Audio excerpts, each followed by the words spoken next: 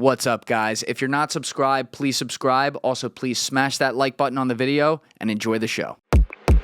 What was your ideal temperature in an interrogation room? And we're back on, by the way, right now, because it was getting hot in here, so I turned on the air while we were recording, or while we just went off right now, because obviously it's been winter like this whole time, and it's been 30 degrees outside, so I don't have to worry about it. But it was getting up to 70 in here, and I was starting to sweat. I like that. I like warm temperature. You like warm? The room was, so we didn't do anything like that. It was whatever the room was in the building. And actually our rooms were quite cold, so I would bring a heater in to warm up the room. And everybody thought the heater was to make them sweat. And it was not. The heater was because I was freezing in that room. So I didn't do anything like that.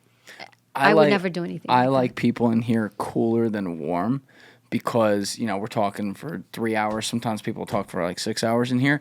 They'll get tired if they're warm. Yes. Right? But if they're colder, they're more alert, and then they'll forget, especially if I give them coffee or something, they'll forget they're cold after a little while. But I was sitting here for a minute. I started to feel my legs sweat, and I'm like, oh, I hope no one's falling asleep in here. Might have a problem. So I didn't know if you guys thought about that. We didn't do that. I couldn't use something like, I don't know if I could have, but I was never trained to do anything like that to people, because now you're messing with people's physical. Could that be torture? I don't know. It could be. I mean, messing with temperature could be, and I could not do that. I mean, if you put it down to 20, yeah. But I did have a heater because it was just cold in that room. And they thought you were making them sweat? People, the other agents would be like, oh, you put that in there, huh? I'm like, no. Just cold. We have to do a future podcast with Evy and Jim, like we were going to do today. I had told you off camera, but Jim Dorey was going to be here. I didn't tell you about that, but he had a last minute thing come up. But I'm the close two by. of you, I'm close by. You bring them. I'm would happy be to. amazing, because you're a lot of your thoughts on the psychology of people based on what you did, because you did very similar things. They remind me of each other. He was reading all the types of things you do. Some of the things I was reading in your book, I felt like it was him writing it too, which was really, really cool. Well, Julian, that's because I have the magic mind. So I just like that? to bring this up. This is magic mind. Do you want to try it? Let's pull it up. Do you know what it is? It's gonna give me a magic mind. This is like an energetic pick me up. So it's got all.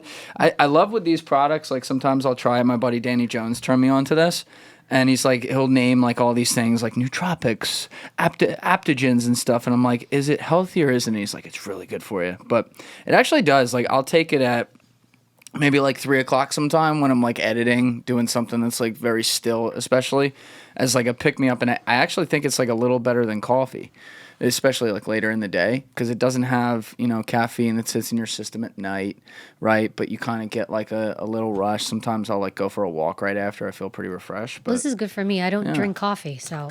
Yeah, have at it, by the way, Stormy. I see you with one over there. I give you one, Alyssa? Yeah, I got one right here. It's good stuff. You take it like a shot. Oh, wow. It tastes healthy, right? It does taste healthy. It tastes like you're doing something good to yourself. I don't know. It's good stuff. Good call, Danny Jones. Good call. Thank you. But now we'll have more. It says elevate mental clarity. We'll have more mental clarity. And this one is the productivity shot. So for us to be productive. That's right. I think we were productive before this, though. I think we were doing a good job and all, right? Amazing. I'm over there I feel like it. Alessandro knows. Alessandro, you're in charge here. All right. But I'm sorry, I got us a little bit off topic right there before we went off. We were going through some of the social fears and everything, and how that affects people long term, and how technology isn't gonna necessarily turn back with some things, but unless they create laws.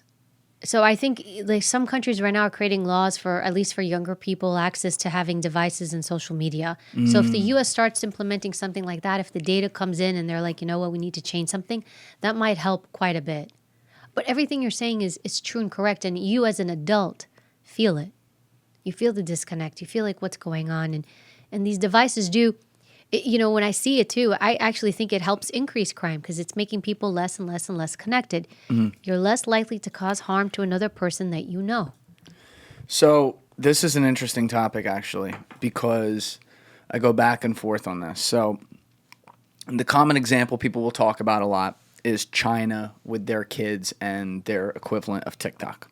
So China, obviously not a very nice government, not very good people, not freedom like we have here.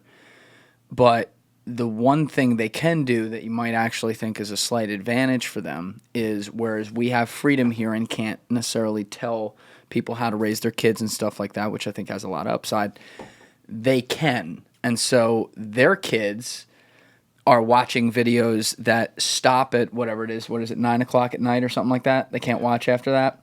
Like their TikTok will turn off, and they're watching like science videos, nature videos, math videos. Our kids are on the phones at 11:30 at night in their bed watching like titty videos, right? Like they're watching things that are not in any way, they're just ruining their minds if you're a 10-year-old or 11-year-old doing that. Whereas over in China, where it's not free, they can kind of crack down on that. So how do you balance that if you do have like a democracy where there is supposed to be freedom and self-determination for people and how to raise their families, and also, you know, at the same time you're trying to have a productive next generation to raise? Like what is the balance there with the quote-unquote government getting involved in the parenting versus not? I think you should look at it the way, because though social media is addictive, phones are addictive. We know this. Dopamine hits. And I think one of the research talked about it's like doing coke. Yeah. So if it's analogous to that, we should look at it and treat it like drugs and like alcohol. Because social media, and I've done a lot of research on this because I have a daughter, they're even showing that the younger you are when you use it, it actually affects how much gray matter is being created in your brain, which you need, which I believe the gray matter ties into emotional regulation. So the more you use it, the less gray matter the brain develops. A brain is not fully developed until the age of 25. So that's the human brain. So, and that's also why we tend to see crime drop off at 25. People are less impulsive. People are less impulsive. Their brain is fully formed. So we see less crime from people from 25 and older. Actually, the majority of crime committed is typically between the 18 to 25 to like 29 range, somewhere there. That's it.